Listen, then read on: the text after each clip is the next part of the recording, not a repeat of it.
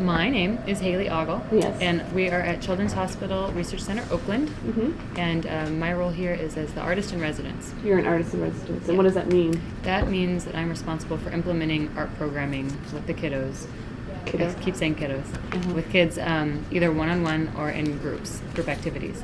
And the age ranges from 6 months to 18 years old, and it's basically to meet the kids where they are with wherever they're at, and bring a project, but let it go wherever it needs to go with them in that moment. And so it's constantly rotating and flexible. So how long have you been here? It'll be 3 years May, 2.5 years.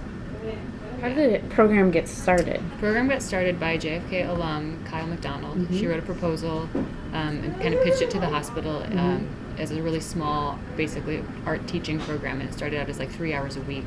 And then over the past 10 years, it's fluxed and come and gone, like to 3 hours, to 8 hours, to 16, and back to 8, and always pulling in different funding from all different places. And right now, it's up to 36 hours a week. And we're trying to bring in other artists to teach workshops, bring in their specialties. And right now they're volunteering their time, but we're trying to get it so that they would get a stipend and like a supply budget to come in and do their thing. And what have you seen Tasha, her transformation through art? Tasha's been an artist since she was a baby. Yeah. And I never did teach her anything really except put the stuff in front of her, and Tasha's self-taught. Wow. All I showed her how to do with the sewing machine is thread it. And don't put your fingers under the needle. Well, that's very Best advice. Yeah. That's good advice. That's all I showed her how to do. She started making quilts, doll clothes. We have a serger. I don't know how to bring that up, but I don't know how to use it. we're learning on that. Cool. Crocheting. I showed her how to make one line of crocheting. She's now making blankets.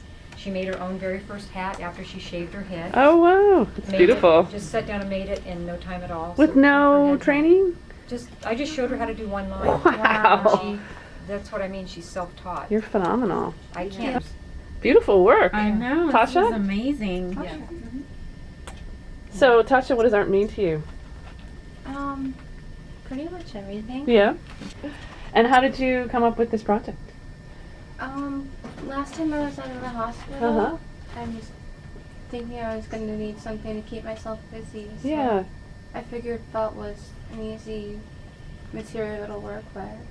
You're so cool. An influence. Yes. Yeah. This one I'm a little concerned about walking it. I feel like that's going to be right over here, so it's going to be like this. So I designed it to where it just like Does it go? kind of has on the sides where it's open. Okay, so you got some room moving. This one I did for my sister. Beautiful. Oh, wow. Wow. And that's a lot of work on that. Details. Whoa. That is amazing.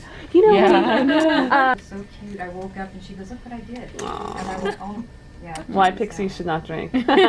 My thought is just meeting Tasha and her extraordinary art and how she taps into it. I mean, you need an art program. You need a bigger art program than you have. Yeah, absolutely. I mean, To really facilitate. you need a huge studio, Yeah. like, you know?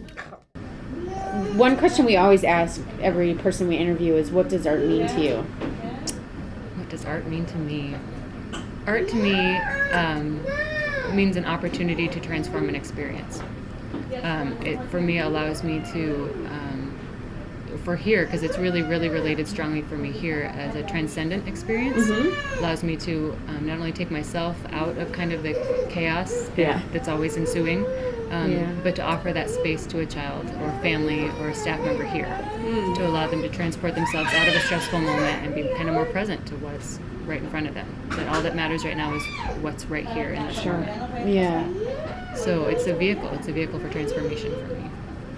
Yeah. Have you, I'm sure you've been here for 3 years, can you tell a story about where you saw that happening, that transformation? I mean, do you see instant gratification sometimes, or? Sometimes. Yes. I mostly see it in group activities. I see it often in one-on-one, but I think mostly of a group activity in this room in particular, where families can come together.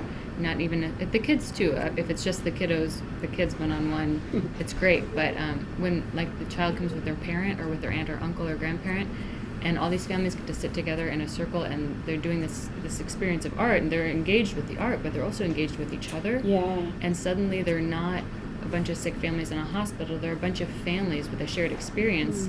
and they're bound together by that, but they're getting to talk about the family back home, or the journey here, or what it was like the day the kid got sick and they had to bring him in and they didn't know what was going on, and it becomes this forum for discussion. Wow. And although people can sit and look at each other back and forth across the table, eye to eye, what can happen is when they're so focused here, it's so much easier for them to open up their hearts and just engage. And so the bonds that are formed around art making are like instantaneous sometimes, and rich and deep in ways that you would never have an interaction like at the supermarket, or Right.